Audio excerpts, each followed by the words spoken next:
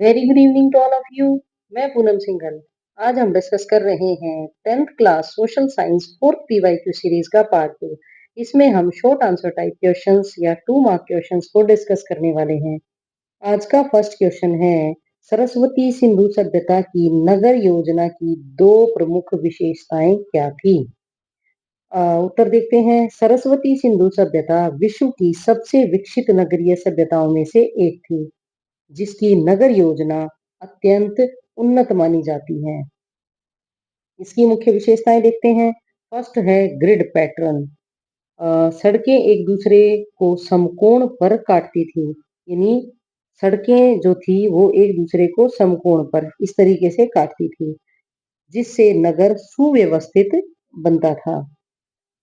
Next है उन्नत जल निकासी। पक्की ढकी हुई नालियां हर घर से जुड़ी हुई थी, यानी उस समय भी जो नालियां थी वो पक्की थी और पूरी तरीके से वो ढकी हुई थी। नेक्स्ट है द्विशहरीय योजना, यानी अपर एंड लोअर टाउन्स। ऊपरी किला भाग और निचला नगर भाग अलग अलग बनाए जाते थे। तो इस प्रकार यह सभ्यता शहरी नियोजन का एक उत्कृष्ट उदाहरण थी। अब चलते हैं नेक्स्ट क्वेश्चन पर। तराइन के युद्ध कब और किन के मध्य हुए थे? उत्तर देखते हैं। भारत के मध्यकालीन इतिहास में तराइन का जो युद्ध है, तराइन के युद्ध अत्यंत निर्णायक सिद्ध हुए, जो इस प्रकार हैं। पहला युद्ध 1191 ईस्वी में पृथ्वीराज चौहान ने मोहम्मद गोरी को हराया था इस युद्ध में। नेक्स्ट था दूसरा युद्ध 1192 ईस्वी में मोहम्मद गोरी ने पृथ्वीराज चौहान को पराजित किया था। दोनों युद्ध चौहान वंश और गोरी वंश के बीच में हुए थे। इन युद्धों ने भारत में मुस्लिम शासन की स्थापना का मार्ग प्रशस्त किया। नेक्स्ट क्वेश्चन पर चलते हैं। लोकतंत्र को सबसे बेहतर व्यवस्था क्यों बताया गया है? इसके दो कारण लिखिए। उत्तर है, लोकतंत्र वह शासन व्यवस्था है जिसमें शक्ति जनता के हाथों में होती है, यानी जनता जो है वो सर्वप्रथम होती है, सर्वश्रेष्ठ होती है। प्रमुख कारण है इसके। फर्स्ट है जन भागीदारी। जनता अपने प्रतिनिधि चुनकर शासन करती है, यानी जो लोकतंत्र है वो जनता के द्वारा तथा जनता के लिए शासन होता है।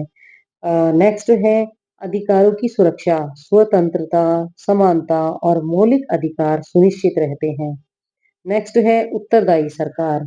सरकार जनता के प्रति जवाबदेह होती है, यानी उत्तरदायी होती है। इसलिए लोकतंत्र जनता की भलाई और सहभागिता पर आधारित सर्वोत्तम प्रणाली माना जाता है।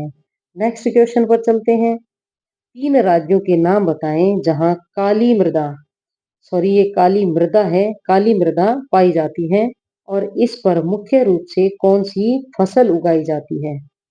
तो उत्तर देखते हैं। काली मिट्टी को रेगर या कपास मिट्टी भी कहा जाता है, जो भारत के दक्कन क्षेत्र में पाई जाती है। काली मिट्टी वाले राज्य कौन कौन से हैं देखते हैं। महाराष्ट्र, गुजरात और मध्य प्रदेश में यह प्रमुख रूप से पाई जाती है। इसकी विशेषताएं, यह नमी रोकने की क्षमता रखती है, यानी जब पानी गिरता है तो इसमें नमी सोखने की काफी क्षमता होती है, इसीलिए यह चिपचिपी भी होती है। मुख्य फसलें इसमें विशेष रूप से कपास उगाई जाती है।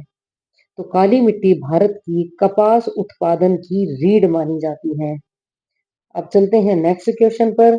जायद फसल क्या है? इसके दो उदाहरण बताइए। उत्तर देखते हैं। भारत में फसलें 3 मौसमों खरीफ, रबी और जायद में उगाई जाती हैं। 3 ये फसल मौसम माने जाते हैं। देखते हैं जायद फसल, यह गर्मी यानी मार्च से जून के मौसम में उगाई जाने वाली यह फसल है। कम अवधि वाली फसलें जल्दी तैयार हो जाती हैं, यानी जायद की जो फसलें होती हैं वो जल्दी तैयार हो जाती हैं और कम पानी में ही उग जाती हैं। उदाहरण रूप में देखते हैं, तरबूज, खीरा या खरबूजा इत्यादि इसकी प्रमुख फसलें हैं। जायद फसलें किसानों के लिए अतिरिक्त आय का महत्वपूर्ण स्रोत हैं। नेक्स्ट क्वेश्चन पर चलते हैं। वैश्वीकरण से आप क्या समझते हैं? वर्तमान युग में विश्व के देश आर्थिक, सांस्कृतिक और तकनीकी रूप से एक दूसरे से जुड़ रहे हैं। इसी को वैश्वीकरण कहते हैं। इसके मुख्य जो बिंदु हैं वो देखते हैं हम। सीमाओं का खुलापन, व्यापार और निवेश देशों के बीच सरल हो गया है। यानी किसी भी देश में आयात निर्यात करना, व्यापार करना या एक देश से दूसरे देश में जाकर निवेश करना, ये काफी आसान हो गया है वैश्वीकरण के बाद। तो सीमाओं में खुलापन आया है। नेक्स्ट है तकनीकी आदान प्रदान। नई तकनीकें दुनिया में तेजी से फैल रही हैं। इन्हीं तकनीकी जो आदान प्रदान है वो भी बहुत बेहतर तरीके से हो पा रहा है वैश्वीकरण के बाद। नेक्स्ट पॉइंट है सांस्कृतिक मेल जोल। यानी संस्कृतियों का जो आपसी मेल जोल है वो भी काफी बढ़ा है।